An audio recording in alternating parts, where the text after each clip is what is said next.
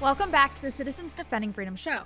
Coming up today, I sat down with Jaco Booyens, founder of Jaco Booyens Ministries and anti-sex trafficking activist, to discuss the detrimental psychological effects of children encountering obscene material in printed educational resources. We will take a look into our Georgia press conference at the Capitol and how 34 inappropriate books were removed from Nassau County School District. All of that and more is ahead on today's show, but first, before we get started, head to our website, citizensdefendingfreedom.com, and hit the subscribe button to make sure you don't miss out on any of our content. First, we are with Rhonda Thomas, CDF Georgia Director of Education and founder of Truth in Education. Rhonda, what is going on with legislation in Georgia? As with every other state, we have a lot going on. We're dealing with the pornography in our libraries, the obscenity, all the materials, just as every other state is. And we've been working on this for years. Prior to all of us, I have friends that's been working on this for 30 years. So our main, we have 3 bills that we have that are part of this session. The first one I want to talk about a little bit is SB 154. This has really been presented every session for the past, I don't know how many years, and every year it either gets watered down or is not passed. But this bill is actually about amending a statute in the Georgia law that was passed in 1984 that actually removed K through 12 libraries, colleges, universities, and art from the obscenity law. So all these harmful to minor statutes that we have don't apply to our school libraries. So all these other bills and the fights, the skirmishes that we're having at school boards, they're so important and we need to continue those. But until this bill and these loopholes are closed, we're really never going to get those books out because they're there legally. So this is a bill that has 21 sponsors, strong Republican sponsors this year. So we're hoping that we can pass that. And of course, the important thing too about this actually just quickly goes back to Alfred Kinsey, all of his pseudoscience. It made its way into our legislation. It relaxed our penal code. And the goal of all that really was it got rid of common law and it brought in this model penal code. Well, you get rid of common law and you get rid of Christianity, right? So we really need to focus on where this is all going and why these bills are so important. The next bill I want to talk about is a bill that CDF has been very involved in, and that is called the Clean Libraries Act. It's sponsored by Clint Dixon, and this basically is requiring book vendors to rate books before they're ever sent to our libraries. Our schools are really dealing with all this because of that loophole.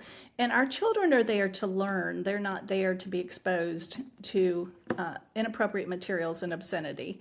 So we're very excited about this bill. It does 4 things. It protects our children from inappropriate materials. It empowers parents. This is exciting because we know consent is a big issue all around in our schools. So this requires or empowers parents to determine what materials is appropriate for their children based on age, based on consent. It also requires local schools to only purchase books from vendors who rate them based on the FCC guidelines, and it enacts accountability requirements to ensure compliance, that all this is followed. And so that is something we are very grateful to CDF from being a part of, helping us legally and looking and reviewing the bill. And this bill started in Texas. It was HB 900, so our legal department was very familiar with it. So that worked out great. So we are excited about this bill. It has great sponsors, and we are expecting it to pass. So that's then we have one more library bill that is actually to remove any funding to the ALA in Georgia. Yes, right? We want to get rid of Emily Drabinski's a radical agenda, and anything that we can cut funds off to, which we know is where all our problems are coming from, is to do that. So our children don't need to be exposed to this. All we have to do is go to the ALA website, parents, and you'll see exactly what the agenda is and what they're pushing and why we're getting such a pushback from parents and a silencing of parents is because of these big non-governmental organizations that are influencing what's happening in our schools. Thank you, Rhonda. Our media team had the honor of attending a press conference hosted by Rhonda regarding the bills we just discussed. One of the press conference speakers was Jaco Booyens. Take a look at what he had to say at the Georgia State Capitol. I want you to understand the connection between human trafficking, and human trafficking is a very broad term. So let's talk about child sexual exploitation and material to children at a young age. The exploitation of persons through the mechanisms of force, fraud, and coercion is the definition of sex trafficking. So force, fraud, coercion.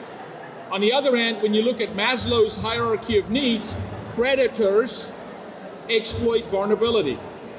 And when I say predators exploit vulnerability, it's vulnerability of all people groups. So the narrative that an LGBTQ community is different than a black community, a white community, a Hispanic community is false. Evil does not discriminate. Trafficking does not ask, are you LGBTQ, are you not? Are you white, are you black? It looks for vulnerability in a child and it exploits the vulnerability in any child. The facts are the facts, the numbers speak for themselves. So when you on the one hand understand that predators exploit vulnerability, then it is a society's duty to make sure a child is not vulnerable. Does that make sense? Because a predator will not ask, well, where's the child from? What socioeconomic class? What school? What gender affiliation? A predator asks, is this child vulnerable? Period. We also had the opportunity to sit down with Jaco for an insightful interview. Listen into what he had to say on the negative psychological impact on children when they are exposed to obscene material. So when you speak to the child's brain about a sexual concept at age 5, right? Here's what you're doing. In a single phrase, you're turning it on. The brain starts producing a chemical that's not supposed to be produced. It's supposed to be dormant until puberty. Mm-hmm. That's what puberty does. It starts waking up the brain. The body changes. The brain starts... Boys, there's a day where he doesn't notice girls. Girls, cooties, don't want to know them. Whoa, girls. Mm-hmm. There's a natural progression. If you accelerate that timeline, you're literally blowing that child's life up completely, because they're not able to process it. To view the full podcast, head to our website and click on air under the media tab. Thank you to our CDF Georgia team for hosting this incredible event.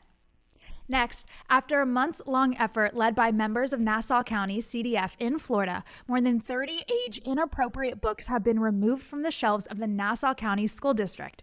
Members of CDF worked to identify 34 books that they said violated Florida statute, which bans the knowing distribution of obscene material to school children, and then challenged them using procedures set forth by the Florida Department of Education.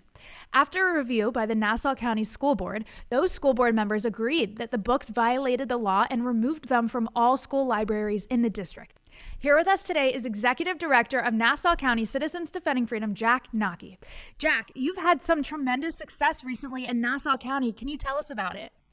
Yeah, so we recently confirmed that we had 34 books removed from our Nassau County school libraries, and these are explicit books that clearly violated state statutes regarding obscenity in schools for children. So we were really thrilled to have these removed, and we're really appreciative of the school board for advocating to get these books taken out. What was the process you and your team took to get these books removed?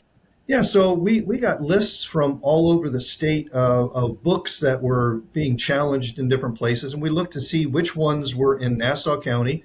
And then once we found them, we looked to find confirming information to say this book has explicit sexual information in it. It should not be in our schools. And so we created links to some applications that would give the school district and the school board an opportunity to look at what's in these books so they can say, wow, this is not appropriate. I think it's important to note that both your team and the school board followed the proper guidelines. Yes, and it's kind of an interesting process. You know, we have to put a formal challenge in place.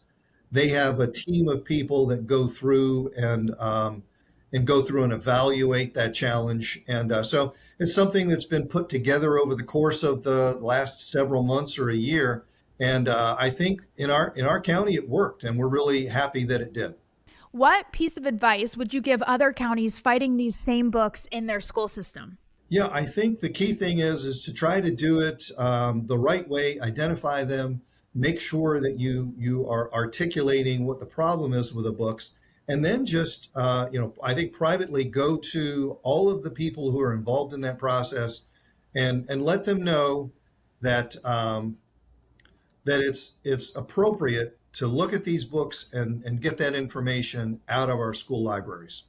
Jack, do you have any final thoughts? I appreciate that Nassau County has been taking the lead there, and I really appreciate our particular school board members that got involved and pushed to make that happen. So I'm really happy that Nassau County kind of been leading the state of Florida and being able to get rid of these books that should not be in our libraries.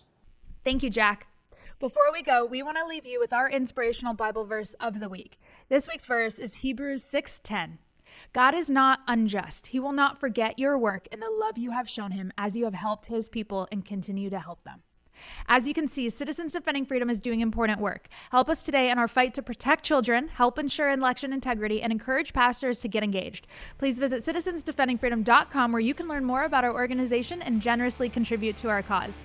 Have a great day and make sure to like us on social media and tell your friends about the great things we're doing. God bless.